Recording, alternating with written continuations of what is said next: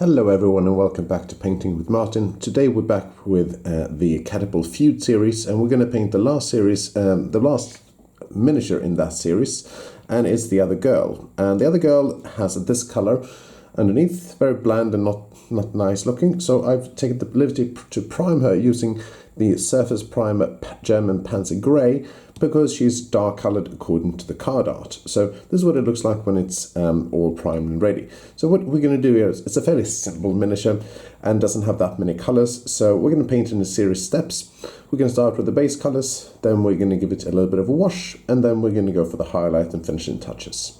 So let's get straight to it. So for the most of the armor, I'm using a mix of German grey, and as well as also natural steel that I've mixed in at a 50-50 ratio, and I'm going to paint most of the armor detail with it. So we're going to start like this, cover it, and I've also taken the liberty to mix it in with about 50% water to making sure that no details are covered. So very easy, making sure that you also touch the gloves, the little bracelet here, and the top. You don't cover the sword if you can. Cover the back here as well, and of course the legs, as well as the shoes as well. Very, very basic and easy. Now after that, when it's dried, we are going to turn our attention straight to the face and skin details, making sure that you of course clean your brush thoroughly in between in your water pots. Putting this one down. For the face, you can go straight for Mournfang brown if you want to, but I've chosen to go a little bit of a darker approach. So I'm choosing a color called Dryad bark from Citadel, and I'm applying it neat. And you apply it to, of course, the face, as well as the her arms over here, forearms, I think you call it like that. You could do that for the legs if you hadn't done so previously as well, to give it a bit of a different color, as well as the back here and the face. And as you can see here, it's going to get really dark, but you start with this one in order to actually give it some shade and colors with a darker one. And I learned this technique by painting my old Flames of War miniatures, wargaming, a long time ago. So if you want to paint a light skin face, you can start by painting it in a darker color once, and then applying the skin color, the lighter skin color on top. It gives us a little bit of shadows and definitions as well. So there you go. Now it looks like, let's see if you can see it here. It's quite a dark miniature, so it's hard to see. Sorry about that. Now, while this one is almost drying, I'm also going to paint the scabbard of the sword. And for this one, I'm using Mournfang brown from Citadel. Also applying this one neat.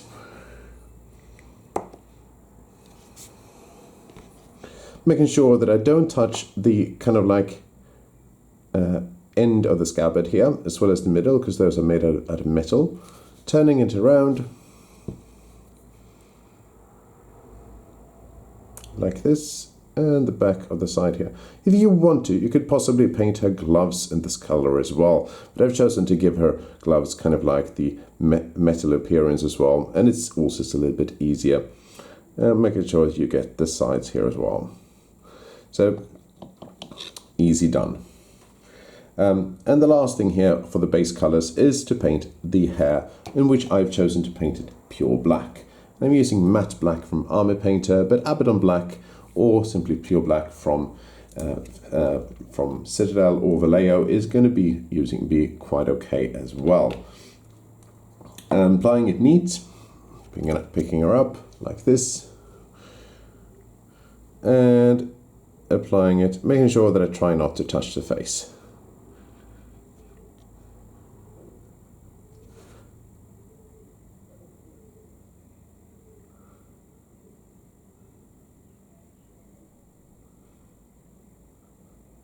She has a bit of locks of hair here. It's a really beautiful model with this, and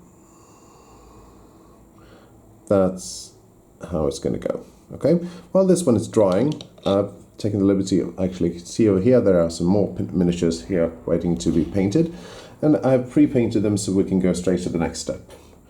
This is what it looks like when it's pre-painted, and what we're going to do now is that we are going to give a little bit of a different color to the skin, but also the first thing we're going to do is we are actually, let's see if I did this one, yes.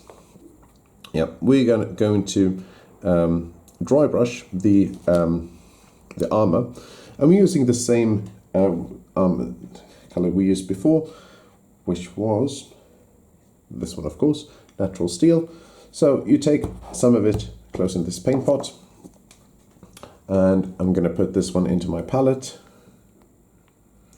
and just a little bit of a drop is necessary to get the right colors. Then you just take a dry brush, or you can take a very old brush if you like, and you simply dip it into your palette, and then simply take an old, take a kitchen towel or something like that, and wipe most of the paint off, and simply dry brushing this one over the entire area here, like this, using quite a stiffling motion, like moving it around, trying not to touch the face and the areas of where the skin is, as well as the leather scabbard.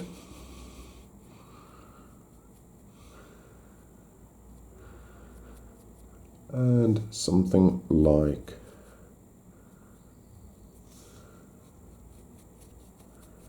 this. Looks like this. Looking up here in the light, looks quite alright already. And if you're actually happy with the miniature, you can actually leave it like this, and it's perfectly fine actually, putting it on the table. But if you want to add a little bit more, I'll put this one down, cleaning it a little bit, and putting it on like down over here. So, but if you want to learn a little bit more, this one is what I have over here. It's time for our wash stage. So for this one here, this one is already pre-painted like this. And what you do simply is that you are simply going to, well, actually what we're going to do first is we're going to paint the face again. And we're applying a slight highlight here before the wash, oops, of Mournfang brown to this one.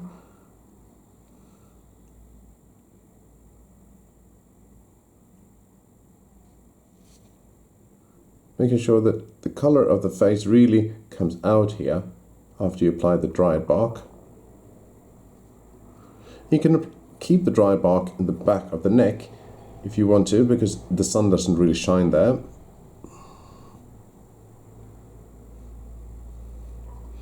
But you can apply it on the raised areas on the arm here.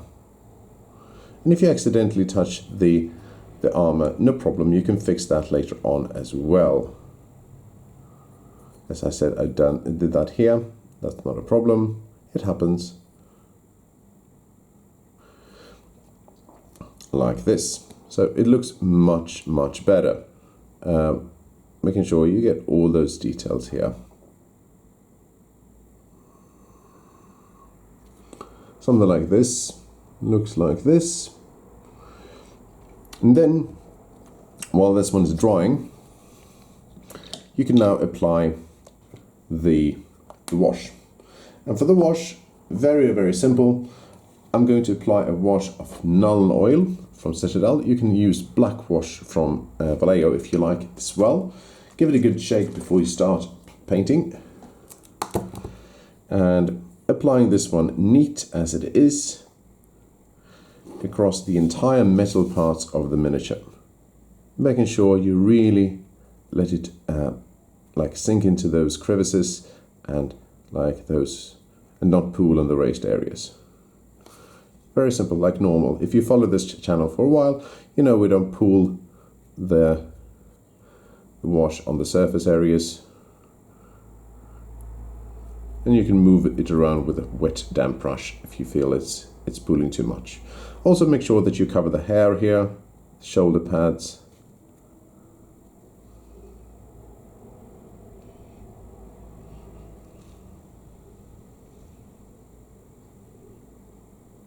like so. And if you think that it was too shiny, this gives it a dampening look on it as well. Closing this one, of course we have to apply a wash for the face as well, and I'm using Agrax Earthshade for this one. You can use sepia shade if you want to, if you have a Leo's range of colors.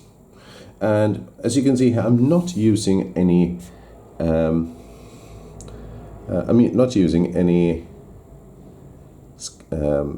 contrast colors for this one. So here, applying it.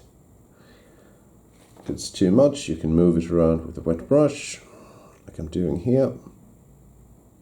Making sure it gives a little bit of shadow and definition. Make sure you also cover the sword here as well, the scabbard. Great. Okay, this one putting down to dry. And we're now coming into the highlight stage of the miniature. It's quite a short video, and that's what I'm aiming for this time. And we're going into something that was pre-painted before. This is what it looks like when everything has been pre-painted. And you can see the shadows of the wash here, as well as the face as well. So what we're going to do now is we're going to highlight the face, as well as the scabbard, as well as also the armor. And we'll start with the scabbard as well. And the scabbard is we're going to paint it over with the same Mournfang brown. But in this case, we're only going to touch the middle part here, leaving a little bit of the shading on the sides, and leaving as well as on the back side, using the same thing. Only the top part here is necessary. Don't forget this part here. For the face, I'm doing the same thing here as well. You can see here, moving it up.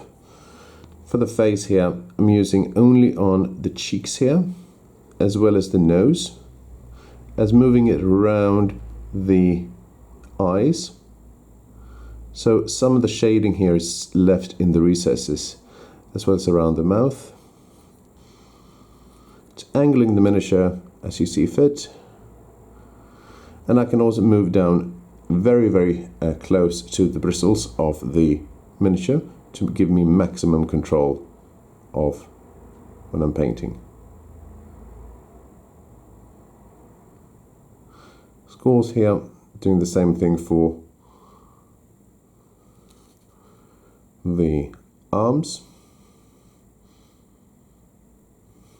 turning it around.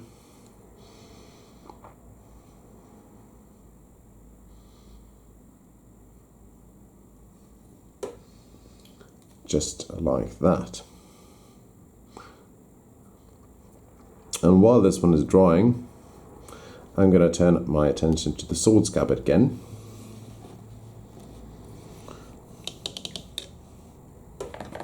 And for this one, I'm using some Chainmail silver for some of the sword scabbard. And I'm putting out quite a bit of it in my palette. Hopefully it wasn't dried. Happens with Vallejo's. So if it's too dried, you can see if we can get this cork open. Something like that. Sometimes you have to take the cork open, and if it gets stuck, you can use an old toothpick to kind of pierce the outer layer of dried paint to make sure that you get where you want it. And here I'm going to put the end of the sword scabbard here with a little bit of metal, as well as the metal sliver here, as well as the sword itself. Turning it around, doing the same thing.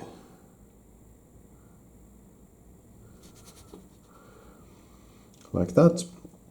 And for this one right now, we can keep it as it is, and we're going to highlight the armor here. And the armor here is quite an important part of the miniature, is that we are going to highlight it with some chainmail, pure chainmail silver on top here.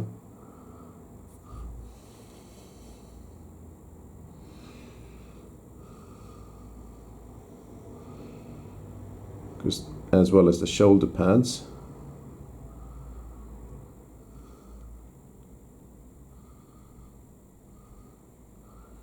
And I'm leaving some of the shading here in between, so the skirts here is also going to be covered, as well as the kind of belt.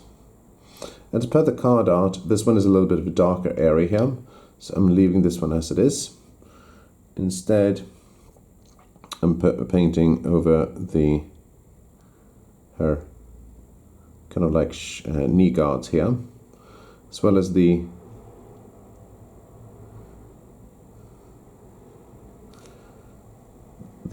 gauntlets here, leaving some of the shading already on the recesses, painting only on the flat surface areas, as well as this one up here, kind of like the arm ring here. Only the front part and not the back. And going back over here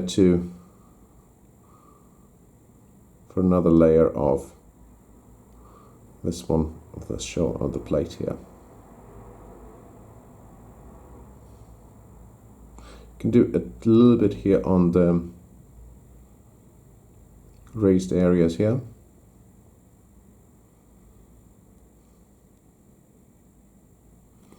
As well as the shoes, raised areas of the shoes, tying it back on the other side. You can leave it as it is, or you can paint a little bit on the side skirts here, as well as around the neck, a little bit more on the side.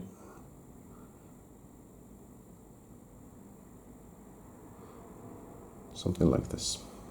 All right, and we have a few more details left. We've got some XV88 to apply on the sword scabbard, applying it neat.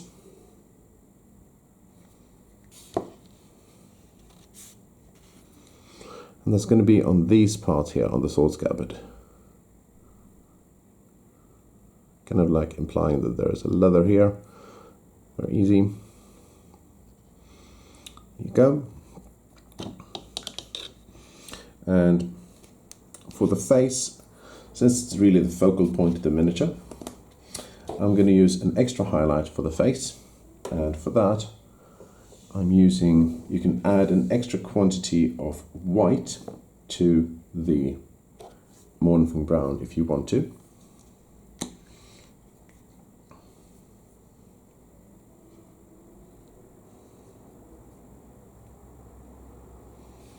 Putting it out over here on your palette.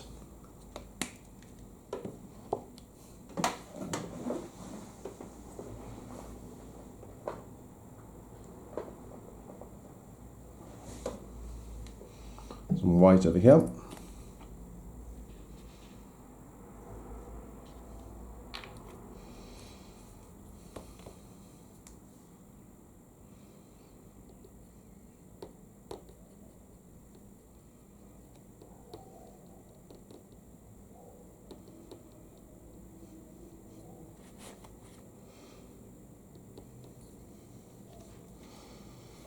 Give an extra smaller highlight on the nose, as well as on the raised areas of the chin. Not painting around the mouth and the areas. You can of course paint something like this. You can of course paint the eyes as well if you want to. I'm not going to do this on this model because it's quite tricky, but if you wanted to see how it's done, you can go back to the Shawfort series of the Catapult Feud and you can see how it's done there. But for the hair, I'm going to use a small highlight as well, and I'm using a little bit of Administratum Grey from Citadel. And I'm going to dry brush it on top of the hair to give it a little bit of a more different tone than just pure black. And it's going to be a very, very light dry brush. You wipe most of the paint off the brush, and you simply dab it on top of here.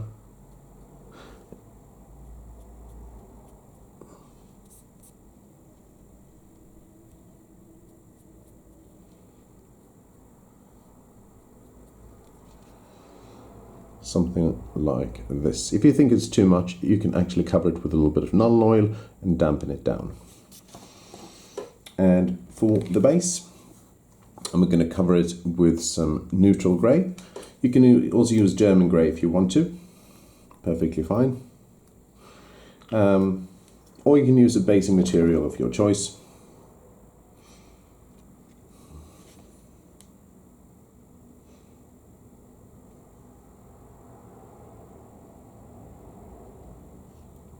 And once you apply this over the entire base, if you think it's too light, you can apply some Nuln oil or black wash on top of it.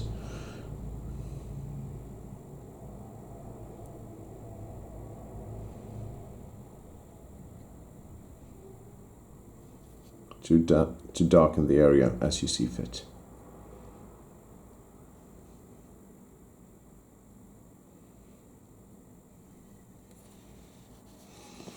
And there you have it. I just want to say a big thank you to all of you who subscribe to my channel. It's you who make this channel grow, and I thank you very much for it. If you haven't subscribed to this channel until now, please consider doing so because it helps the channel grow. And also, if you like this video, give it a thumbs up over here, and leave a comment below if you think that I missed something or you simply like the video. I really appreciate that.